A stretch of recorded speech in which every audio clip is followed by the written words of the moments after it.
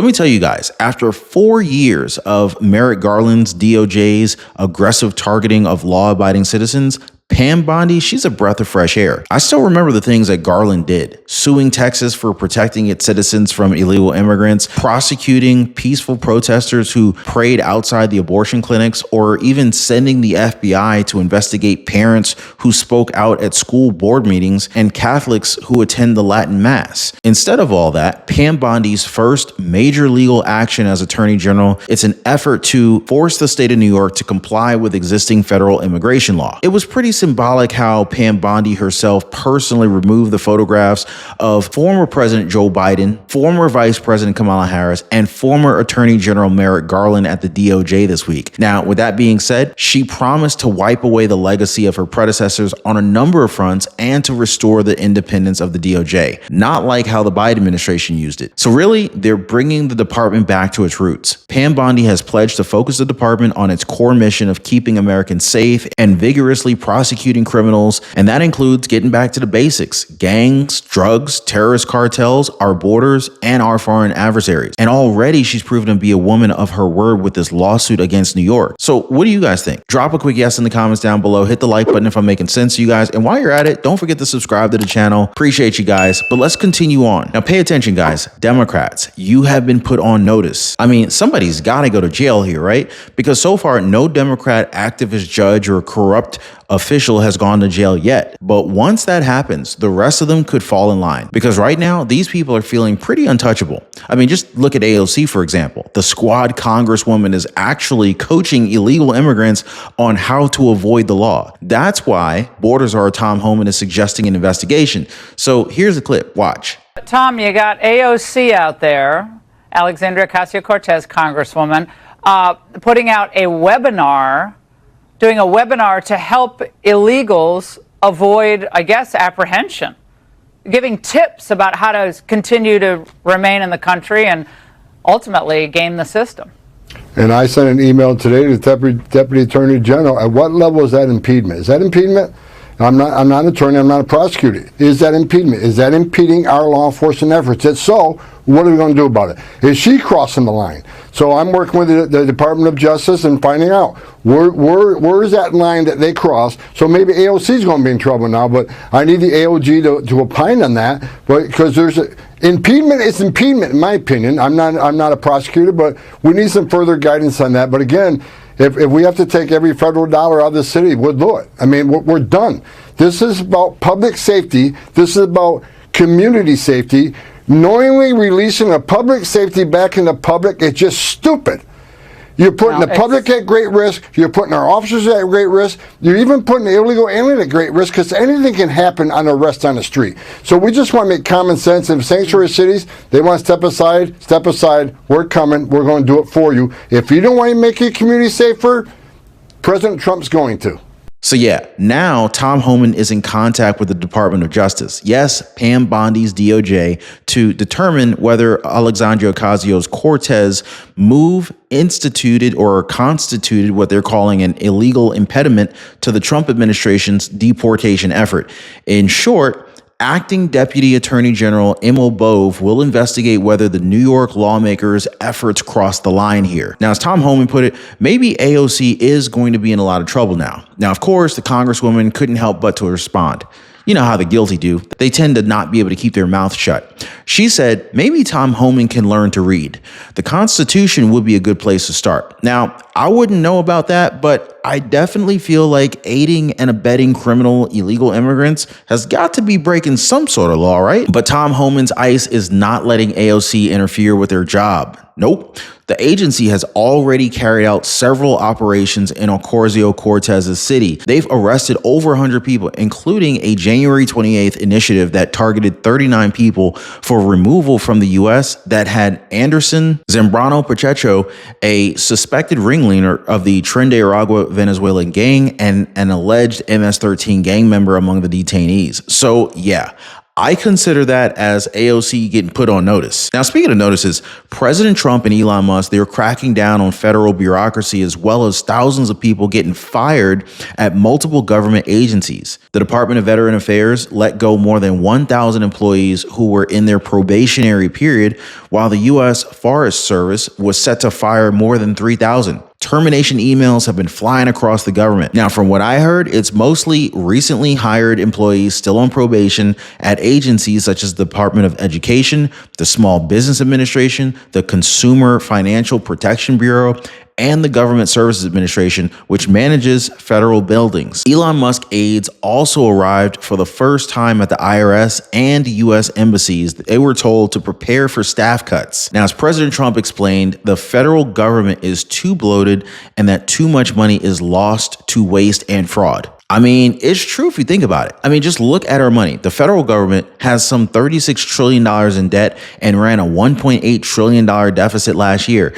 And there's a bipartisan agreement on the need for government reform, meaning both sides actually agree that something has to be done here. And, well, Trump and Elon Musk, they're doing it. According to the government data, about 280,000 civilian government workers were hired less than 2 years ago, with most of them still on probation, which makes them easier to terminate. In a statement, the Department of Veteran Affairs said that the firings will save the department more than $98 million per year, and VA will redirect all of those resources back toward healthcare, benefits, and services for VA beneficiaries. Sounds good to me, right? Now, at the Office of Personnel Management, all probationary staff were fired in a group call and told to leave the agency's headquarters in Washington. And not just that, guys, since OPM is basically the human resources arm of the U.S. government, their officials also met with other government agencies and advised them to lay off their probationary employees, with some exceptions. So it's this ripple effect that's happening right now.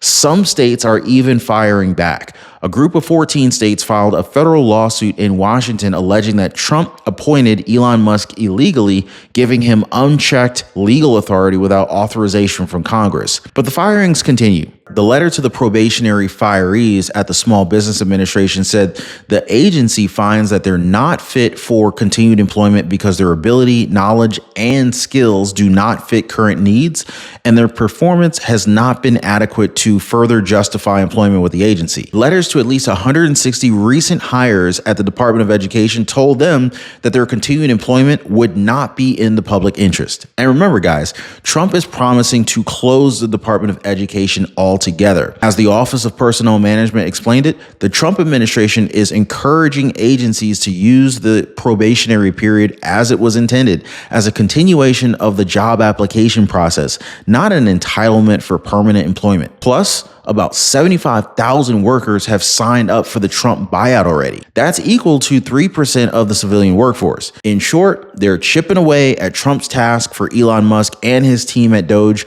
to undertake a massive downsizing of the 2.3 million strong civilian federal workforce. He's already sent Doge members into at least 16 government agencies where they've gained access to computer systems with sensitive personal and financial information, and they've sent workers home. Gavin Kliger, a top staffer at Doge, arrived at a new agency, the IRS, just recently.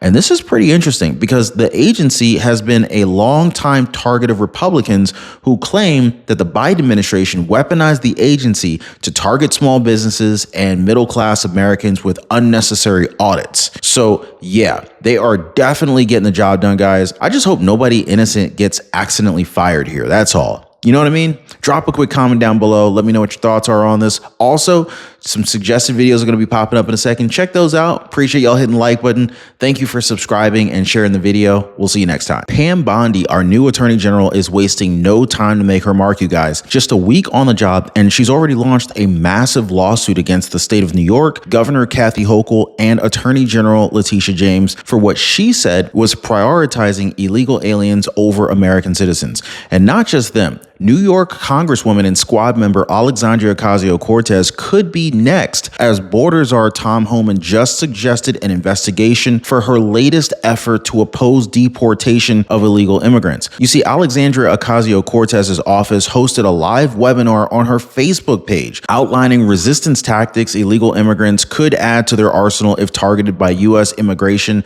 and customs enforcement for removal from the country, meaning she's teaching these criminal illegal immigrants how to evade the law. Now, that's definitely got to be worth looking into, right? In other news, the U.S. government began firing thousands of people at multiple agencies. This is a part of President Trump and Elon Musk accelerating their purge of America's federal bureaucracy. The Department of Veteran Affairs said that it had let go of more than 1,000 employees who were in their probationary period, while the U.S. Forest Service was set to fire more than 3,000. So yeah, they're putting our whole government on notice, guys. I also noticed Nancy Pelosi is staying awfully quiet. I wonder why she's keeping her mouth shut. Maybe Nancy Pelosi's trying not to get investigated? I mean, as far as investigations go, she and her stock portfolio should probably be top of the list. Am I right, guys? By the way, appreciate y'all hitting the like button. Thanks so much for subscribing to the channel. So anyway, this Pam Bondi lawsuit against these New York officials is a pretty good start already. Now, like she said in the press conference, we're coming after you. Watch. There's a new sheriff coming for the Empire State. Attorney General Pam Bondi suing New York State and its leaders over sanctuary policies getting in the way of immigration efforts. This is a new DOJ, and we are taking steps to protect Americans. New York has chosen to prioritize illegal aliens over American citizens. It stops today. You will be held accountable if you do not follow federal law. It's over, it ends, and we're coming after you. Here to react is co-host of The Five, Judge Janine Pirro. Good morning, Judge. Good morning. You look beautiful. Well, Love so all your do jewelry. You're so kind. Thank you. You are so, you know the laws of New York especially. Yeah. What does this mean? Will this go anywhere? Oh, yeah, it definitely will. Look, the President Trump has said that there's a crisis of illegal immigration, and the American public is with him on it. Vast majority, 83% want wholesale change. So this lawsuit is being brought against the state of New York after they sued Illinois last week, and they said, look, your sanctuary policies are basically obstructing federal law.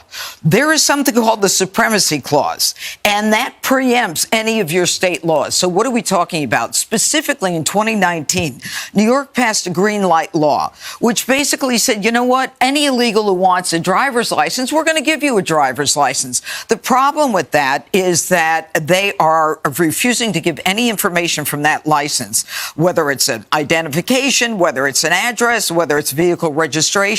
And when you've got law enforcement, whether it's local, state, border patrol, anyone else, in terms of real time, and they're coming up against an individual and they cannot get information from DMV, that law has to be struck down. It puts all of law enforcement, border patrol, ICE, everyone in danger. So you've got all of this attempt to prevent the federal government from enforcing the law. And, you know, Pam Bondi is right. I mean, you can't just have a law and think you're on your own. There is a supremacy clause here. And Hochul says, look, we're going to stand by New Yorkers and we're not going to back down.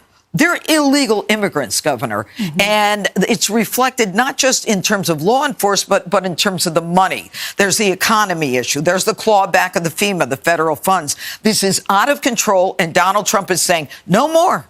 Now, honestly, I am happiest about these charges against Letitia James. Now, we all know what Trump went through with this woman, right? That's why people are saying she has to go down. Now, as my uncle put it, she's a traitor to America within the American justice system, the worst of the worst. She's grimy. Now, this Pam Bondi lawsuit is set to prove it. Now, like I said, guys, our newly appointed Attorney General came out of the gate running. Pam Bondi's barely been in office for a week, but she's already sent a clear and welcome message that the Department of Justice is under new management. You know what I mean? Hey, by the way, guys, if you're one of the real ones who really enjoy what we do here on the channel, you've got to check out the Inner Circle. This is where our true supporters get exclusive access to content that I just can't share here, completely commercial free.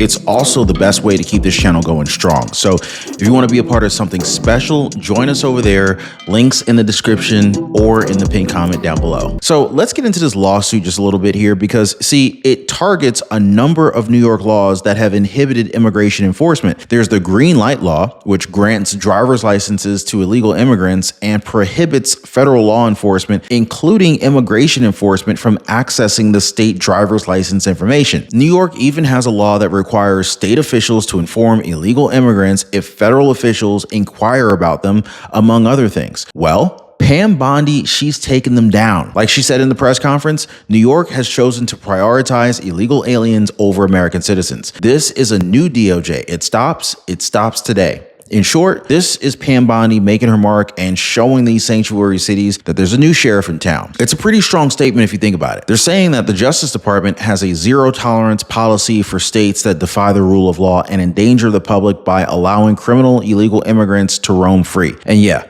the American people definitely agree. I mean, why else would 77 million voters overwhelmingly vote for President Trump and his anti-illegal immigrant agenda, right?